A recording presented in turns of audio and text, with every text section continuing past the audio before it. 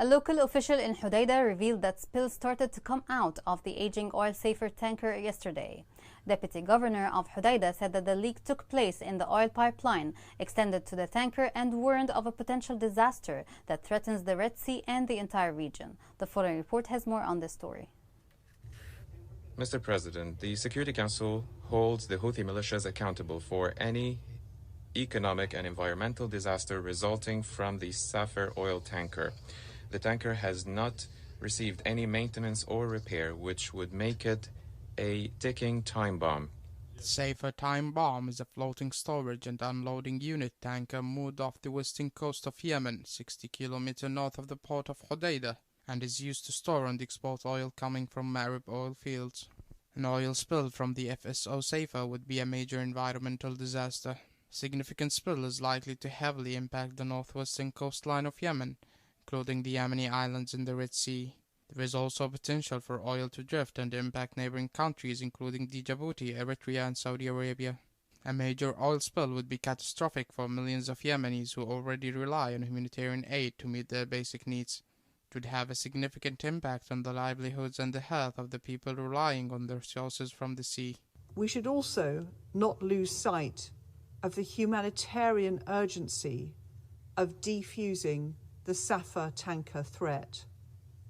The ship continues to deteriorate off the coast of Yemen, risking an oil spill that would devastate the livelihoods of nearly 4 million people. Previously, satellite images showed the start of an oil leak from the Safar floating reservoir in the Ras Isa port of Hodeidah.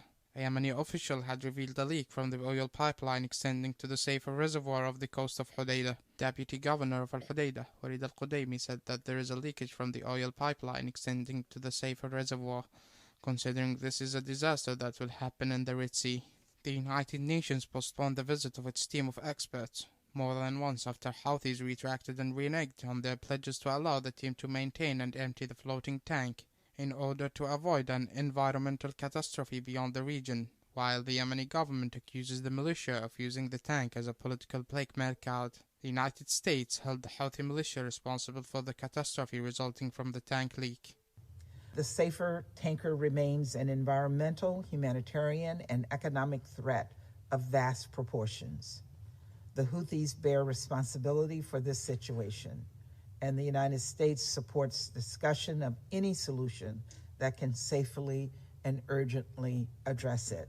The ongoing conflict and resulting instability in the region have a significant impact on the contingency planning work. Current situation would also impact the capacity to mount a response in the event of an oil spill, in view of the limited resources in the area, and more importantly, the security situation arising from the civil conflict in the country.